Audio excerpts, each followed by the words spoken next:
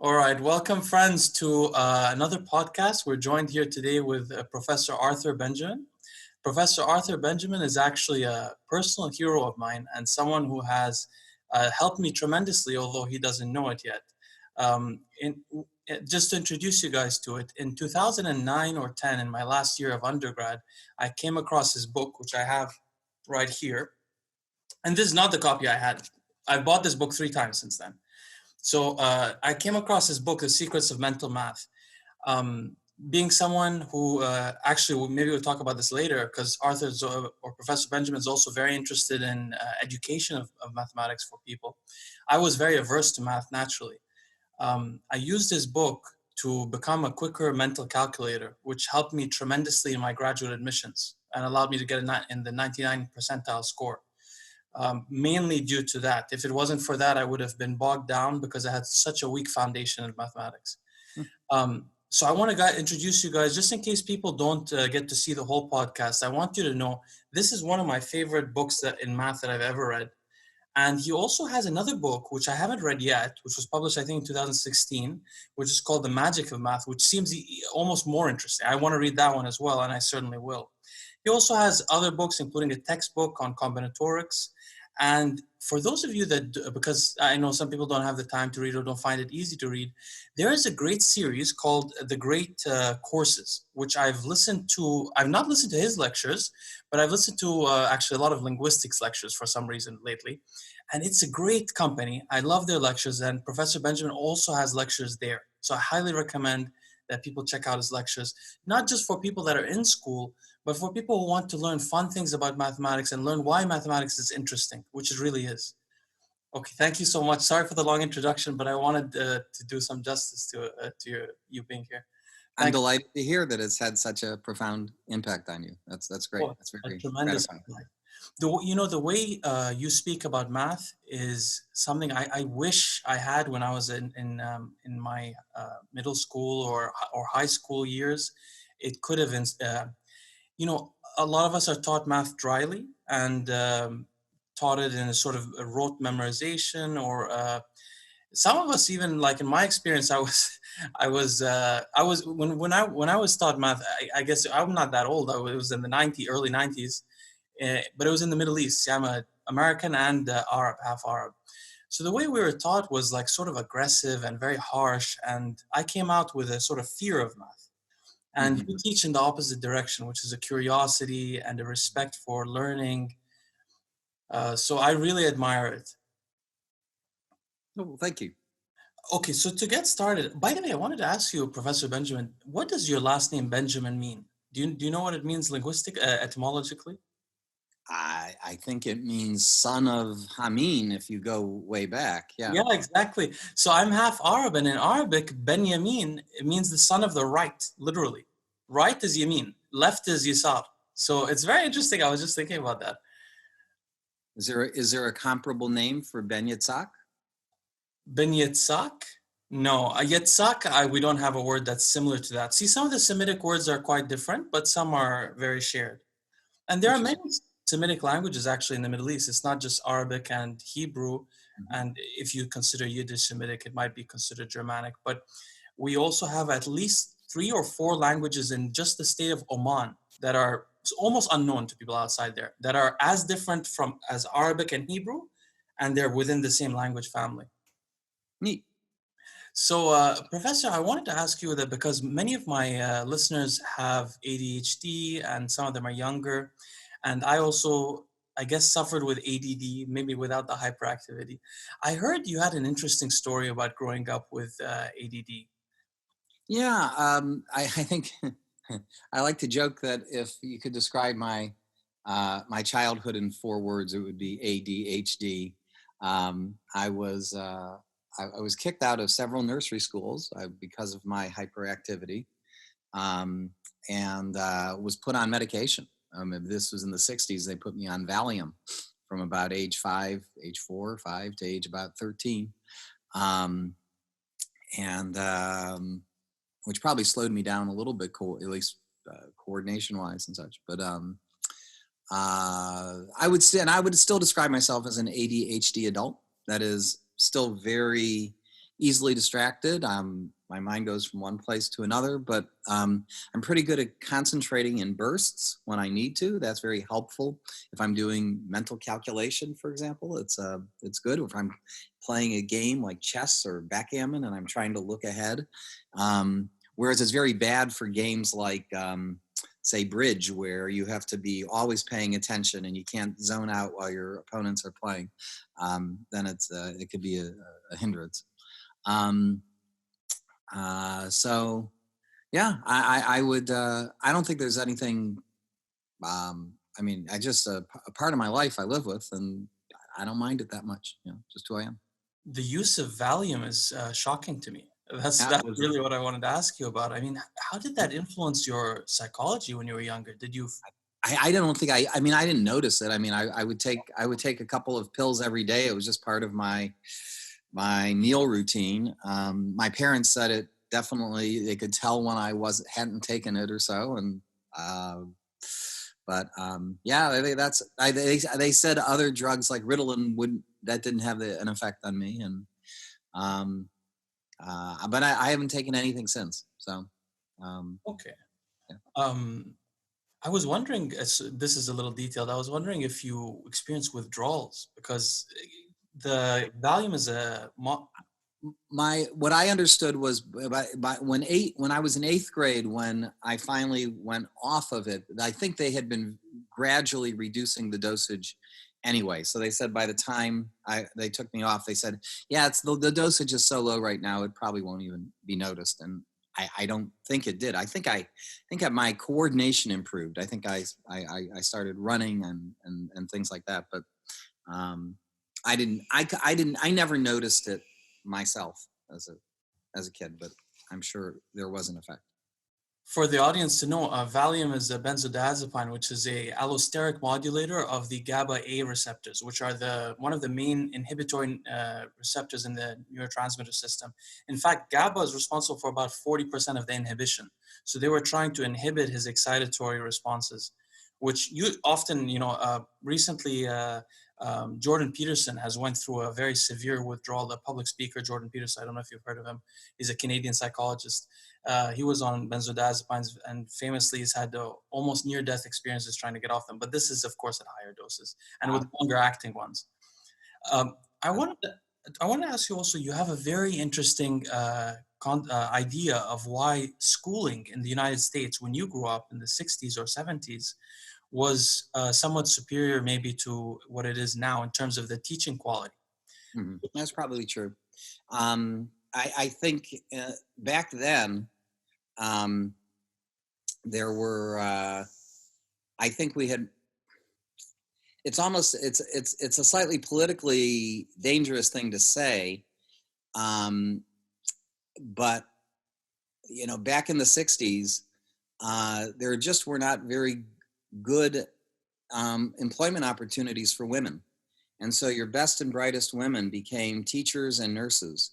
And so society got very used to getting a very high quality teacher at very low pay.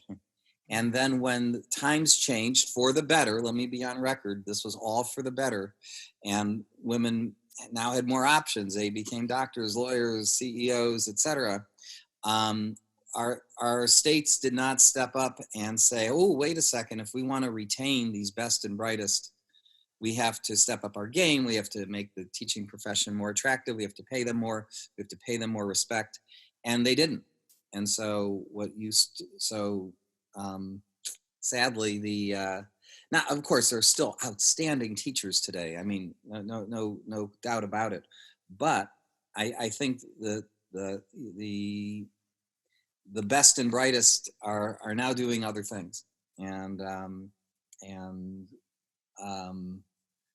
unfortunately, some of the people who are teaching math, especially at the lowest levels, elementary school, primary school, sometimes there's people who themselves were math phobic as kids and maybe still are as adults. And I worry that math phobia could get passed on to the kids. You can't expect the students to be more excited about any subject more than the teacher is.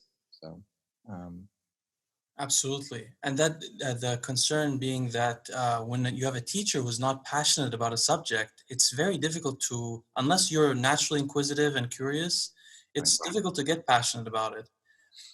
You know, the reason why this spoke to me, your impression of the circumstantial change in the teaching quality, is because I grew up in the Middle East.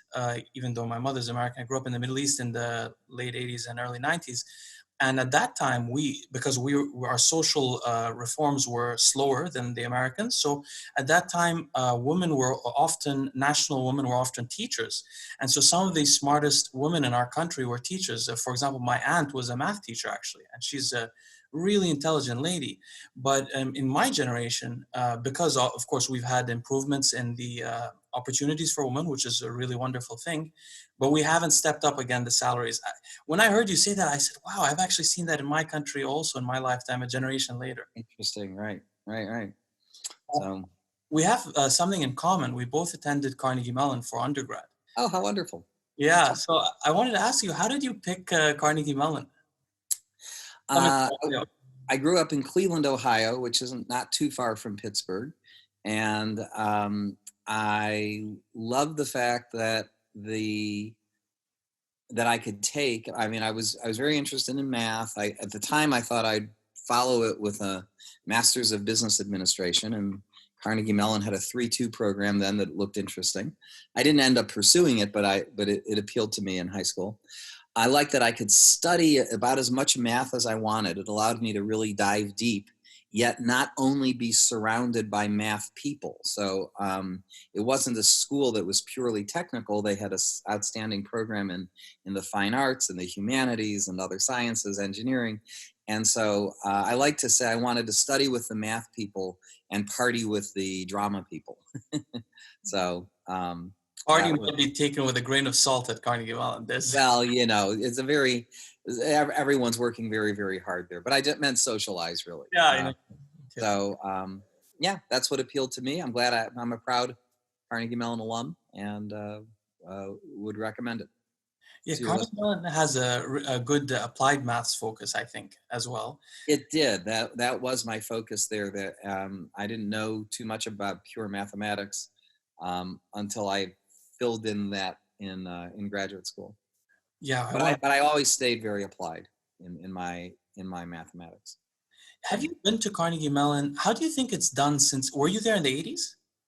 I started in the fall of '79 and I finished in '82, '83. So how do you think the university has done since then? Has it Its progressed? reputation has gone up. I mean, it's better known, and the president who served the longest time in that was Jared Cohen. Was he President Cohen there when you were a student? Yeah, He was a professor of mine at Johns Hopkins University where I got my PhD, and actually served on my dissertation committee. So he also grew up in the suburbs of Cleveland, Ohio, very close to where I grew up. So we had a kinship even in grad school. And so when 10 years after I graduated, when he was selected to be president of Carnegie Mellon, I was delighted. And we've had some very positive interactions. The best story is when I was a grad student and I was still performing magic. I did a magic show for his daughter's 16th birthday party. wow, it's such a small world. Oh, you've just frozen briefly. Oh, there you are. By the way, this is a Carnegie Mellon sort of question, but do you ever miss Pittsburgh? I mean, I know it's been a long time for you, but for some reason, I love Pittsburgh. Yeah, I have cousins who live there, and I loved how I liked that it was small. You could walk anywhere, and I loved the arts scene from there. You could see a different play every week if you wanted, a different musical every month. It was a very nice place to live and still is. So, and not expensive either. I mean, you get a lot of bang for your buck there. Yeah, below the national average, and still is. Yeah. For some reason, I have just the fondest memories of Pittsburgh. I think wherever you go to undergrad, you sort of get these, because, or at least for me, because that's when I genuinely became intellectually curious. So I always, I have just amazing memories of it. You mentioned applied math and choosing and getting into pure math in grad school. Maybe we could take a moment to, because I have some audience members who are just choosing to go to universities and choosing what fields they want to get into. Hmm. How did you get into combinatorics, which I would love if you could explain what that is also. Combinatorics is the mathematics of counting things, answering questions like, I look at your bookshelf and I say, well, how many ways could you arrange the books on your bookshelf behind you? So these are very number-oriented problems, and I've always been into numbers, and playing with numbers and optimizing these numbers, and so it was just a part of math that spoke to me. What was your other question? Well, first of all, is it part of discrete math, or is it both discrete and yes, it's very much. It's the heart of discrete math. Is I would say. So for the audience to know, discrete math is when you don't have a continuous number scale. So when that's right. Right.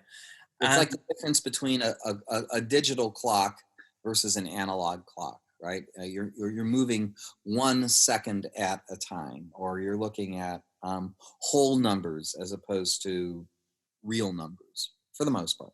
How does it relate to number theory, which is something I thought would be interesting? Very related, although the advanced study of number theory does actually use a lot of continuous mathematics. But at its introductory level, it's very much part of the discrete mathematics canon. I love it. I love playing with numbers, and I have all my life. If someone who's interested in math these days, I would say, and I said this even when I was a student a long time ago, there's a great demand for people with an understanding of probability and statistics. If you are thinking of graduate school, I mean, you should follow your heart, and if that heart is pure mathematics, then that's what you should do.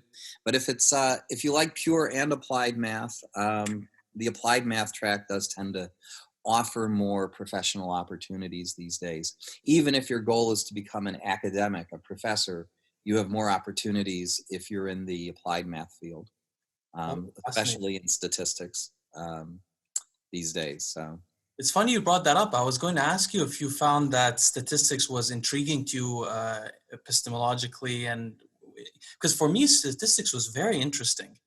If I had a better foundation, I would have maybe considered trying to go into that field. Yeah, I wasn't I think I found discrete mathematics more intellectually interesting, and that's why I sort of went into that direction. I did something called operations research, optimization, and that's what I got my PhD in. And then, but I always enjoyed the combinatorics, the discrete math, and when I went on the job market, I presented myself as someone who did both discrete math and operations research and applied math. And over time, I've become more pure in my interests and in my teaching, but I still enjoy both and have great respect for both areas. How would you characterize operations research to the lay listener? Operations research is the mathematics of doing things efficiently. So how, in a sentence, that's what it is. What's the, when your GPS tells you how to get from one place to another, it's using operations research. When you're trying to allocate scarce resources in the most efficient possible way, that's operations research. When you're trying to use your resources to maximize profit, that's operations research. And it's got a giant toolbox that includes computer programming and statistics, probability, great stuff. So there was when I was at Carnegie Mellon, the head of the undergraduate program in mathematics, Professor Walker, was an OR teacher. And I know he started just after I graduated, but I've been back to CMU numerous times, maybe a dozen times since I've graduated, to give talks to various groups there, and he's usually been my contact there, Russ Walker. Oh wow! So he's the person that made me interested in mathematics in undergrad, and actually he recommended me to TA the Intro to Optimization course. I was at Tepper, the business school, and we were required to take his course. The first two courses I took in calculus, I didn't get this academic curiosity into math, but when I took his course, my life just completely changed, and I took all the electives I could take afterwards in OR just out of curiosity. And I ended up actually going into this field called decision science as a Yep, graduate student. that's exactly what I was interested in too. But mainly in the psychology side, but mainly because I was inspired by OR, which just doing the simplex algorithm, for example, by hand was one of the best learning experiences of my life. Yeah. And I think Professor Walker's textbook for OR is really underrated. It's hard for me to find. I've been trying to buy another copy. It's a really fun introduction to OR. I really recommend any of the younger audience and even older audience that are curious to learn about optimization in terms of mathematics to look into this, because a lot of it's discrete, so some of it's easier to understand for people that are not naturally in tune with continuous math. Calculation Mhm. also has optimization, obviously, but it's a lot of it's continuous. Okay, so you did your PhD in OR at Johns Hopkins. I did, yeah, yeah. What was your thesis about? It started with the game of Chinese checkers, and the question was, how would you, if you had a bunch of marbles on your side of the board and you wanted to get them to the other side of the board, even if it was very far away, how would you maneuver your checkers in such a way that you would get there in as few moves as possible? And you're allowed to take advantage of jumps and double jumps and triple jumps. That was the problem that started it all. And the solution is you would get your checkers into some very efficient configuration and repeatedly translate that configuration over and over and over again. It kind of like if you wanted to drive from my home in Los Angeles back to Carnegie Mellon in Pittsburgh, then the directions would be get yourself onto a freeway, drive on that freeway for a long time, maybe switch to a different freeway, and then when you get close to Pittsburgh, you would get off and take the side roads. These are called turnpike structures, and basically my thesis showed that in a whole general sense type of maneuvering problem, you'll spend almost all of your time repeatedly translating one or two very efficient configurations. And again, it all began with the game of Chinese checkers, but it led into a very interesting big result. So. Actually, while we're talking about people at Carnegie Mellon, there's a gentleman there who is also like, well, I'm probably not like you, but he's a very quick mental calculator. His name is Professor Jonathan Caulkins. Oh yeah, I know him as well. So he and I are about the same age, and he also went the OR path, and ultimately landed at Carnegie Mellon. He's an awesome researcher. And a very impressive guy overall. Yeah. He's a very good man. He gave me a lot of mentoring, even though I was not actually one of his students. He gave me a lot of mentoring in undergrad. I used to spend a lot of hours, well, maybe hours actually, in his office hours. And I almost went to study to do a PhD at Rand because of him. He works with Rand, the Research and Development Organization in Santa Monica. And my wife worked at Rand for 5 years when she moved out to California. That's where she worked for 4 or 5 years. Wow, small world. Okay. And even worked with, had a little bit of interaction with Professor Caulkins. That's right. So Professor Caulkins was well known among the undergraduate students for, while he was doing his intro to optimization courses, of multiplying like 4-digit numbers by 2-digit numbers in his head. I don't know if he was using any of the tools that you developed, but he would do these things often and stun the whole class, which of course, yeah.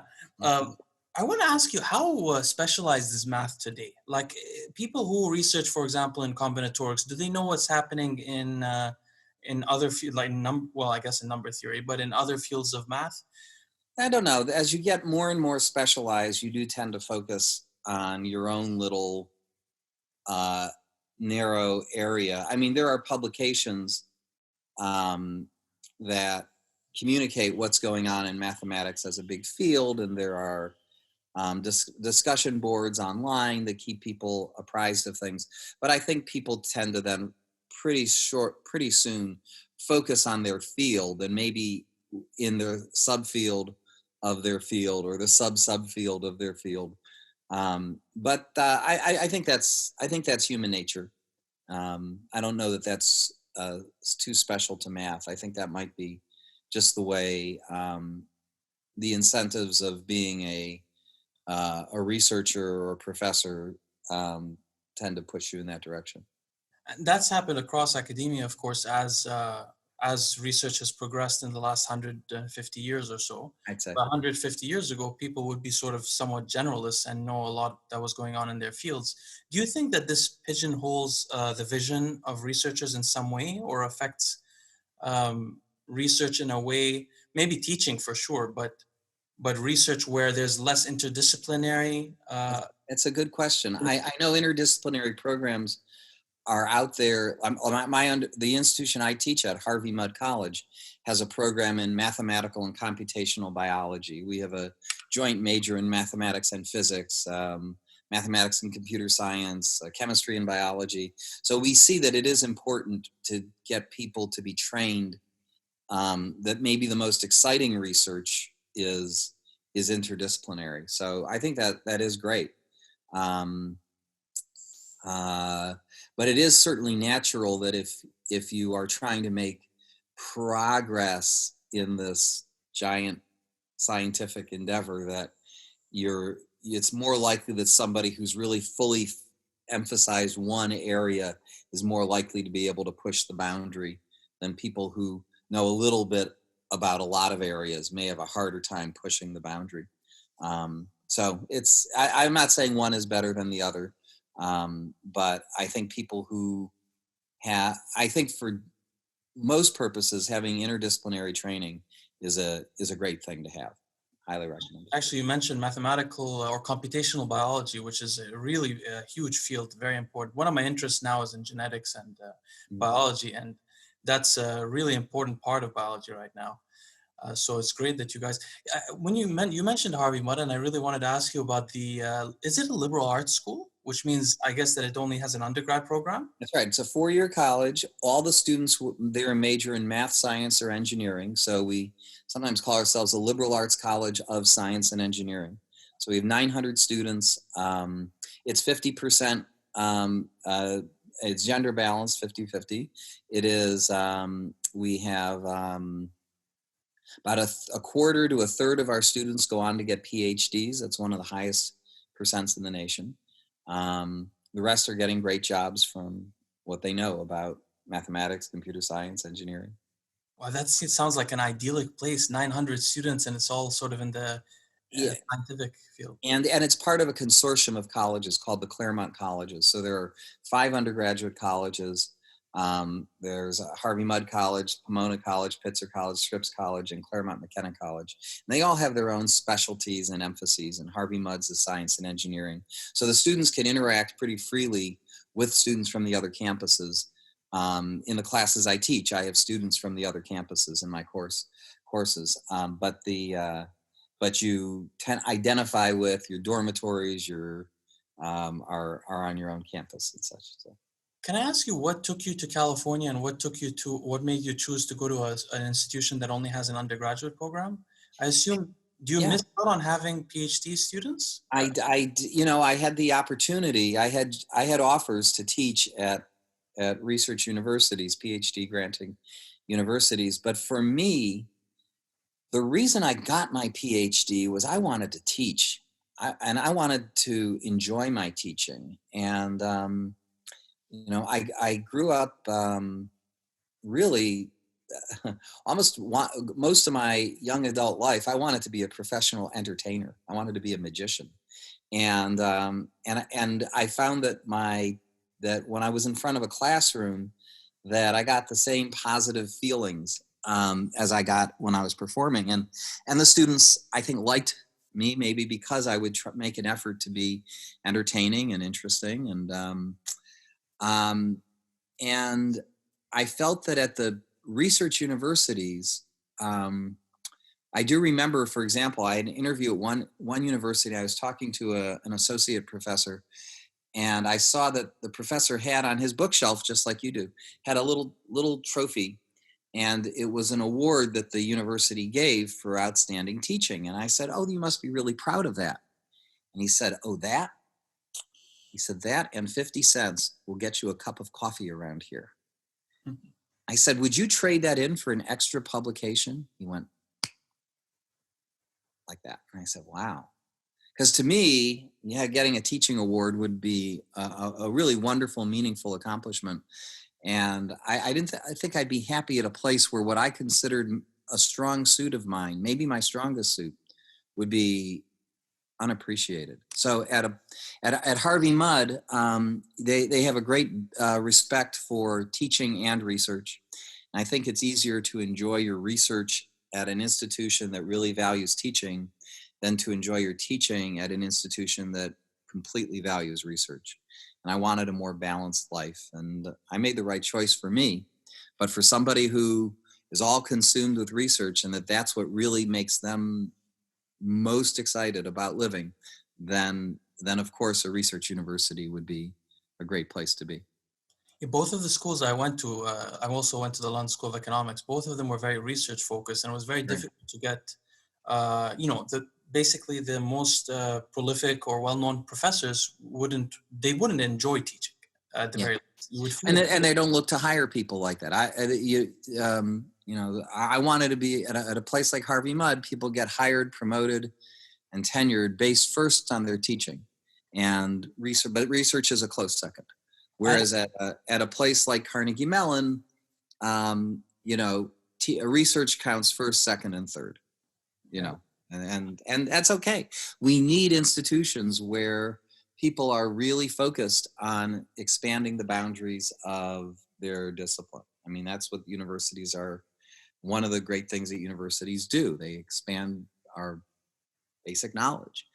So you need professors who have that passion for research. On the other hand, as an undergraduate, I recommend people consider very strongly the 4-year colleges where the professors are there for them, for the teaching. They view the undergraduates as what gives them meaning, as opposed to, oh, this is a distraction to my research. I really have to teach my classes, but I don't want to. You want to learn from professors who love to teach. I just got back into the classroom this week. Classes just started up again at Harvey Mudd, and it's all online and virtual, but I really missed having that interaction with them. I haven't seen the students in 5 months or so. So it was great to even if we were not in the same room, we were in the same Zoom, and it was fun. It's great. But you also publish. I noticed that you have a publication from this year, in fact, on Bernoulli and Euler numbers. Or Eulerian numbers, yeah. I don't know how to pronounce it. And I'm working with undergraduates. Many of these undergraduates are going to go on to PhD programs. So I think it's important for me as a teacher to give these students the experience of doing research, which will be beneficial to them in going to grad school, but also give them a taste and deciding if that is what they want to do, whether they want to. If I were at a place where the students were mostly not thinking about graduate school, then I would have a little less of a push to do research with these undergraduates. Most of my publications are, I'd say at least half of them, are jointly authored with students. So I'm doing it for them as much as for me. Wow, teaching is truly such an honorable and admirable profession. I wish that the society would, our culture would take account of that, and not only in the teachers' salaries in high school and middle schools and so on, but also socially, because I don't know, to me it speaks to a selflessness. I mean, you're saying you enjoy the way the class looks at you, and it's sort of because we haven't mentioned yet, you also have a separate career as a sort of magician, which took you into mental math. But also, it's more. I mean, must be more than that. It's a compassion and desire to help others and to inspire in others and so on. I've always loved. I mean, I have memories of being 6 years old and helping other classmates with their math because I liked it. It was fun, and I love sharing my passions. I am a teacher at heart. Do you play backgammon, by the way, Leo? I mean, you don't? Okay. Yeah. I thought culturally, backgammon's very popular in the Middle East. Popular game. But that's what I do in my spare time when I'm not doing math or magic is I'm playing and studying backgammon, and I love to teach other people how to play and how to think about the game. So anyway. You have a course on puzzles that's on the Great Courses also. Mathematics of Games and Puzzles is one of my 5 courses with the Great Courses. Yeah. By the way, I'm going to be listening to all your courses. Actually, you know why I bought your book again is that I haven't read it since undergrad, and it took me my life took me away from math for a while. I still retained some of not the actual calculation methods, but some of the principles, like breaking down numbers into easier parts, and sometimes going a little bit above to reach a number that can be divisible by 5 or 10 or something like that. Right. Working from left to right. Yeah, those are. Yeah, exactly. I use that in private equity to continue to do calculations faster than I would naturally. But now I've actually gotten your book again because my wife and I will be reading it together, and we'll start challenging each other to stay mentally aware as we get older. That's great. Love to hear that. I have a sort of off-topic question. I'm just curious. Most of the research in mathematics, is it? Sorry, I have a German Shepherd. He gets a bit excited sometimes. Well, when you talk mathematics, he will. Everyone will. But is there a nationally centric? Are there any nations that are unusually prolific in publishing in mathematics these days per capita? I'm sure China is obviously a large country. Well, China has fantastic, but per capita you might say no, because there's just the country is so large. I guess I think about countries like Hungary and Romania as countries that have had a unusual number of outstanding mathematicians, even though they're relatively small countries. So I think that's the first countries that came to mind. There's some of the Central European countries. I'm thinking of a mathematician in the 20th century that was Hungarian, but I forgot his name. You're thinking of John von Neumann. Oh, von Neumann was Hungarian as well. I was thinking of someone else that was. There's Laszlo Lovász. Yeah. See, his name was Laszlo. Yeah. Yeah. Von Neumann was Hungarian as well. Interesting. Yeah. So there's a fine tradition. I think Paul Erdős. Erdős. That's what it was. Sorry. Yeah. So again, just some amazing mathematicians have come out of now, why, I don't know. I can't give you why, other than maybe it's just in the water. It's cultural. It's a general love and respect for mathematics, in the same way that chess seems to be in the blood of Russians, and backgammon seems to be in the blood of people from the Middle East. Mathematics seems to be in the blood of the Romanians and Hungarians. So a couple of historical side notes for the audience. Von Neumann with Morgenstern started the field of game theory, which is, has shaped foreign policy of nations across the world, most famously Israel, but all nations really. And game theory is the study of strategy, of competitive decision making, basically strategy like that. And an interesting thing about Paul, who you mentioned a second ago, is that he was taking the medications of ADHD medication late into life. Into his 60s, he was taking a small doses of amphetamines. Yes, he was. Paul Erdős. Oh, you're aware? Oh, interesting side note. Okay. So, I have a couple of more questions about mathematics, but I don't know if we should go too much. One last thing. I heard in undergrad that there were still unsolved problems in mathematics. There were something like 20 of them. Is there some known number? Did you say 20 of them? Yeah, I'm not sure if I'm right at all. I mean, there are, I'm sure, thousands and thousands of important mathematical problems that are unsolved. If it was just 20, we'd be there wouldn't be so many mathematicians out there doing research. There may be some problems that have appeared on lists Yeah. that that are still, that have been out there for a century or so, but there are problems that have $1 million bounties on them. They're called the Millennial Problems. If you solve one of those, and there are, I think, 6 or 7 of these Millennial Problems, which have $1 million cash reward if you manage to solve and have it properly vetted and published out there. One of them got awarded some 15 years ago or so. But you mean that literally there's a payout from some organization for solving? Yeah. The Clay Mathematics Institute has put out $1 million for these 7 problems. This came out in the early 2000s. That's hence the name, the Millennial Problems.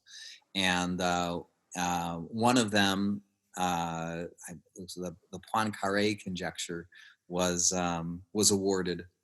But there are still at least 6 other problems. Maybe there's a 7th now that still have $1 million bounties on them, whether they have to do with number theory or computer science or differential equations. Some of the most famous problems are out there. That's what I was referring to very inaccurately. Yeah, that's what I meant. Yes. But again, those are some of the huge targets, some of the huge prizes. But and I don't even try to work on those problems because I'm not. It's not going to be me. I'll stick to problems involving games and numbers and fun stuff like that. I didn't realize Backgammon was an interesting game from an analytical perspective. I might have a look at it. Maybe, do you talk about it in your Great Courses series? Well, one of my lectures on the games and puzzles course is on expert backgammon. So okay, I'm going to listen to that. And if you look on YouTube, I have a 1-hour lecture that I gave at a backgammon tournament on some of the mathematical shortcuts that you can apply when playing. So, is chess at all interesting in this sense, or has it mostly been studied extensively already? Well, chess is a great game. It's different, though, in that what makes backgammon different from chess is both involve intense concentration and looking for patterns and coming up with strategies. But backgammon has a mathematical component to it, that you're actually doing calculations to make decisions. That is, you're counting things, you're evaluating things. There's a risk versus reward, that where chess is more of an all or nothing. It doesn't make sense to say this play is going to work out well on average, because if your opponent has one great response to your move, then it's a blunder. In backgammon, if a play works well for 28 of the 36 dice rolls that your opponent has, then that's probably the right play. It's a probabilistic and therefore arithmetic comes in, where in chess it's more like deep searching. But both have been pretty well mastered by computers now, especially chess. Nobody has been able to beat no human has been able to beat the best computer chess program in what it might be 15 years now. And in backgammon, it's certainly the case that the best player in the world is a piece of software. So that wasn't true 20 years ago. Software wasn't very good then. People would laugh at the mistakes that the computers make, but no one's laughing now. Nobody would play against the computer for money, because I think it hasn't perfected the game, but it's way better than humans were. And humans have gotten a lot better in the last 10 years as a result. Is there a big international community competing in backgammon at the highest level? There is, very much so. And as a editor of and I'm on the board of directors of the U.S. Backgammon Federation. So. Oh, really? Yes, I'm looking for. Must be in my other room. I had the I was going to show the latest issue of Primetime Backgammon magazine. So it's great. Yeah, there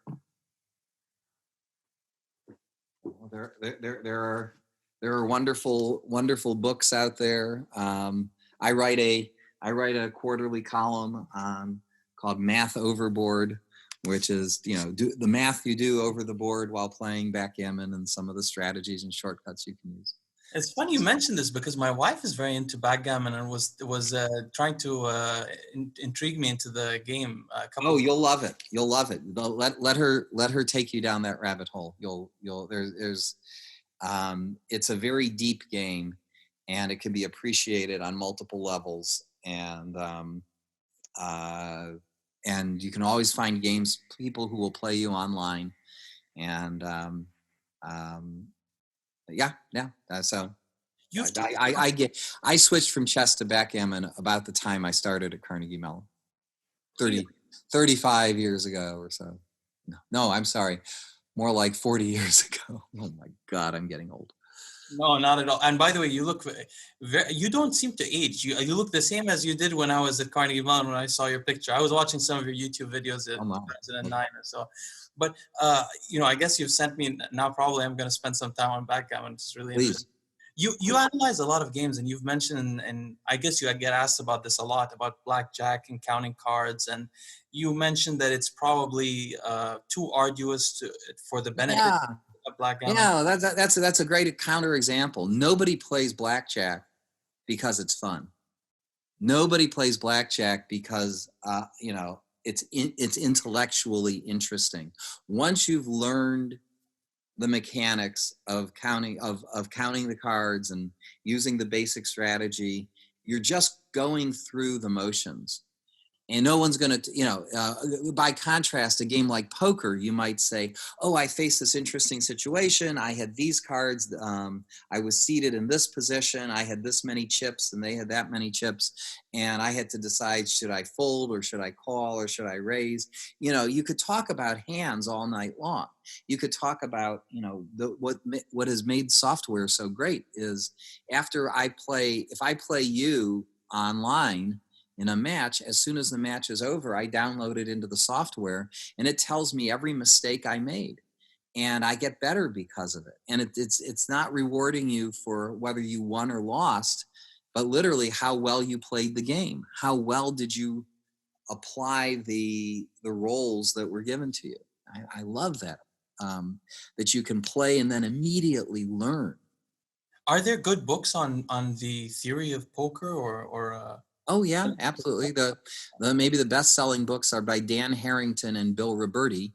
Dan Harrington was a world-class poker player. Got to the final table of the World Series of Poker several times. Very respected. And Bill Roberti is the best author in backgammon. So he and a former chess prodigy and world champion at backgammon and a good poker player too.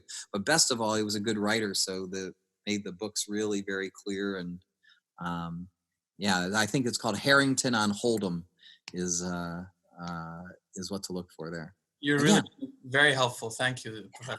I'm going to check these out. I wanted to mention one other thing you said about chess, how the computers have gone better than the players. I've been getting a little bit into chess lately, and I discovered that since Kasparov, some of the players have been using computers to train and have been trying to study essentially how because the computers apparently perform in unintuitive manners sometimes. And so players have been trying to study these unintuitive manners. And I think the person most known for this is an Indian gentleman named Vishy Anand, who was a world champion before the current prodigy from Norway. Magnus Carlsen, yes. Yeah. Okay, so we haven't mentioned some huge part of your life so far, which is magic and mental magic, and the subject of your book, which is lightning calculations. Sure. Can you tell us a little bit about how you got into magic? And because you've had quite a career there also. I've learned recently that you also knew James Randi. And played Randi, who just celebrated his 90-something birthday, 93, 94. He played a big influence on my life, actually. It was, but what do I say? I grew up as a kid who loved showing off, just loved attention. It probably played into the whole ADHD. Um, and, uh, and among those things I did was magic. And apparently I did that pretty well. Um, I, uh, I would entertain at birthday parties for kids, and maybe my uninhibited personality, I'd fall on the floor and make them laugh, and whatever I could do to make them laugh. But independent of this, I had this interest in math and mental math. And as I started getting calls to do shows for adults, older audiences, and I was looking to put in material that had a little more of a mental flavor to it. It's called mentalism. My father said, "Hey, why don't you put some of that math stuff that you do? I think that's pretty entertaining and impressive." And to my surprise, that got the best reaction of the show, more so than the fake mind reading tricks that I would try and do, And then when I met Randi, I was in college, and he was presenting at the International Brotherhood of Magicians Convention that happened to be in Pittsburgh, Pennsylvania, and I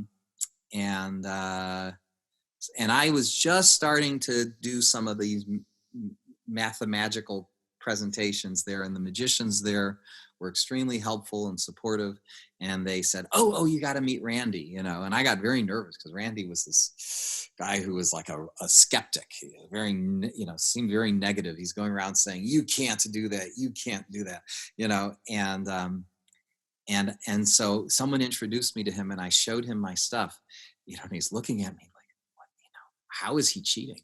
I don't see how he could be cheating here." I said, no, it's not cheating. And I explained, And he got very excited because, and he introduced me to various people in the math and science community. I performed at some of these Skeptic Society events. I got profiled in Discover magazine and Omni magazine, and got put on some television shows that he was involved with. And he got me moving away from the mentalism. He says, "Don't do that. Too many people believe in that pseudoscience nonsense. Just do the math." And the nice thing about doing the math and presenting it was that you could explain it. There's none of this, I could do a show and tell. I would show people, I would show off and do the stuff, and then I'd explain how it all worked. And that was very satisfying to me as a teacher, and to the audience too, that they felt they were seeing something very real. And anyway, I think if I hadn't met Randi, I don't know that I'd be doing what I do now. The book that you saw, I don't think that book would have ever been written. He even wrote the foreword to that book, if you look inside of it. I didn't notice that. Yeah. So my hat's off to Randi if he's listening to this podcast. Thank you for all you did, and for me and for the world. I think when I first read your book, I didn't know who Randi was, so that's why I didn't associate it. Later, of course, is he the person who had the prize for if anyone could prove they had true paranormal? That's right. And he retired that prize just a few years ago, but it started as a $10,000 prize out of his own money. And then I think people like Penn and Teller and other benefactors added to it, so it became $1 million prize if you could demonstrate under controlled scientific conditions something that we would consider to be paranormal. Could you move an object with your mind? Could you read somebody's thoughts? Could you do any of that supernatural sort of thing that nobody has? And on one of the television shows that I was on, it was testing people who thought they had, claimed that they had powers like that. And no one ever came close to getting the prizes, even though some people went to some elaborate methods, cheating methods to make it look like they could do things. The surprising thing is that even today, even in the younger generation, there's still a belief that some people have these abilities. Oh, it's scary. I mean, and even some other things like astrology. I'm sure some of your listeners here say, "What do you mean astrology?" Of course, astrology. I've used astrology all my life. Half our country believes in astrology and angels and things that are, I don't want to. I don't got to get down that because some people feel very, very strongly about that. But no, but even it's to the detriment of science, and unfortunately, we're in a time where, you know, we have people in our national leadership who are actively anti-science and casting doubts on science, and that's science is by its definition repeatable experiments, things that you can trust, and anyway, so astrology is really up there. I mean, as I get often people tell me, no, how could the astrological, I mean, I guess they predict what a person's month will be like or something like that. How could they be right? Well, there are ways. Our brains are biased. So our brains are biased, and we can read into a narrative and find our story in that narrative. of course, and that's what Randi would do. He would show people. He'd say, Someone's other. He'd say, so you could tell a lot about a person, you know, by their birthday. Yes, I said, all right, so take this birthday here. Here's my birthday, and oh well, then you're going to achieve great things. I said, oh, you know what? That wasn't my birthday. That was this murderer, awful person. You know, so you know, they're just. Of course, it would make no sense for. The way I always thought of it is that you could do a survey where you ask people about their personalities, Yep. and then you use regression to see if it's associated with the birth month.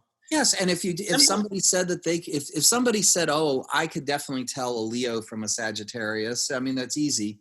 You say, okay, well, look, I'm going to give you, 20 college students, and 10 of them are Leos, 10 of them are Sagittariuses.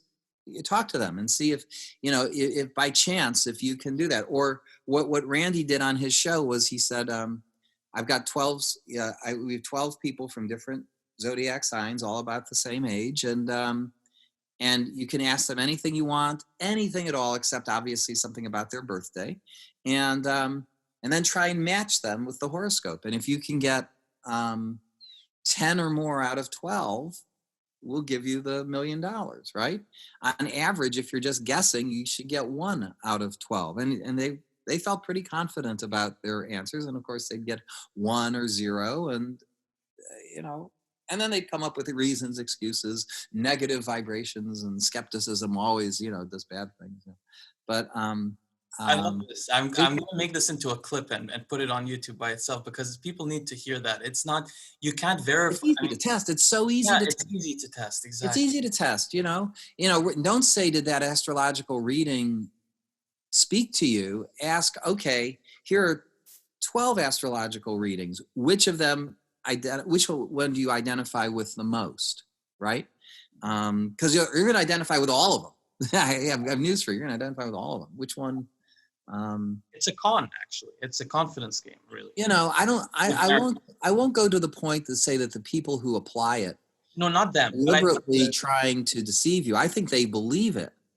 I remember reading if you talk to there was a psychologist named Ray Hyman, and he started off mastering reading everything he could on astrology, and then one day somebody said, and he had great success with it, people believed him and all that, and then one day a friend of his says, a skeptical friend says, next time give someone the exact opposite. If it says if their palm or their astrological sign said one thing, do the opposite sign or opposite reading. And he said, okay, and the people said, that's just amazing. You described me perfectly. So you always have to have a control group. You can't just say, it's like the placebo. You just have to ask yourself, what are you comparing this with? Now, about your Mathemagic element, I wanted to ask you, do you have two things? Number one, when you see numbers, do you associate individual numbers with certain things? Like, does the number 9 have a personality to you? I have no synesthesia. Yeah, you're asking. I've got a friend whose daughter has wonderful synesthesia and, uses it quite to her advantage and helps her memorize things, and even understanding languages. It's like ADHD. It's a gift if you have it.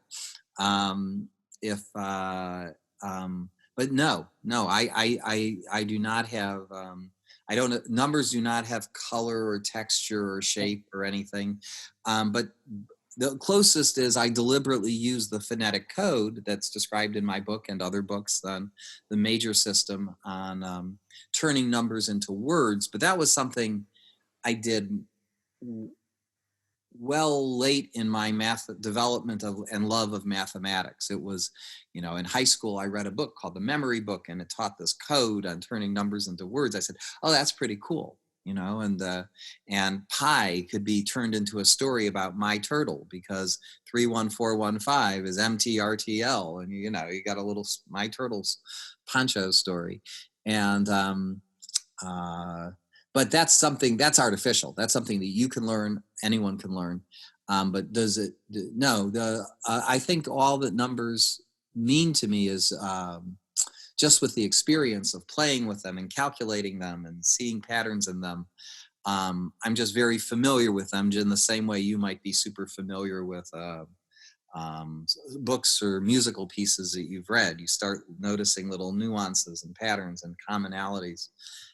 That's all it is for me. Have you ever competed in, or not competed, but I know that there are records for calculation speeds. Have you ever tried to get any of those? I've never tried. I know, nor do I think I'd be. If I thought I had a shot at really getting one, I might try. But I think it comes again to life balance. The people who are ultimately destined to get these prizes are people who are utterly consumed with that one task. And to me, there's too much more to enjoy in life than just the one thing. I love magic. I love backgammon. I love my family. I love mathematics. I love, you know, there's so much I love the theater. There's so much to enjoy. I'm not going to put it all in one bucket.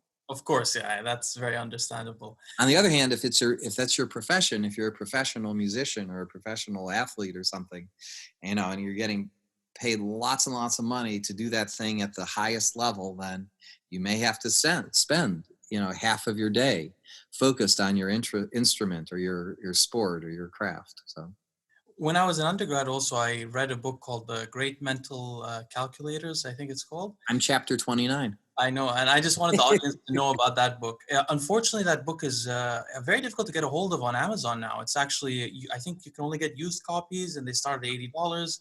Yeah, probably. I have one on my shelf. I can see it right there. You know, but yeah. So if the audience is interested in knowing a history of people like that, there's chapters on individual people. Some of them are sort of seemingly autistic kind of people, and some of them, like Professor Benjamin is there as well. Very inspirational. And, you know, I wanted to ask you this also, Professor Benjamin, do you find that, you know, what I found very helpful when I got interested in math because of Professor Walker at Carnegie Mellon, because I didn't have a strong background in math, one of the things I found very useful to get me interested in it was to read popular science books about math. Like there's a lot of books like about the number zero, you know, the history of the number. Sure. History of zero. There's a book on the history of E, pi, I, square root of 2, gamma, you know, numbers you haven't even heard of have books. And of course, the Fibonacci numbers are, you know, everywhere. Exactly. These things are surprisingly useful, short books, 200 pages or less by science writers. I don't know if they get all the science right, but sometimes they usually are wonderful. They're usually wonderful. Highly recommend them.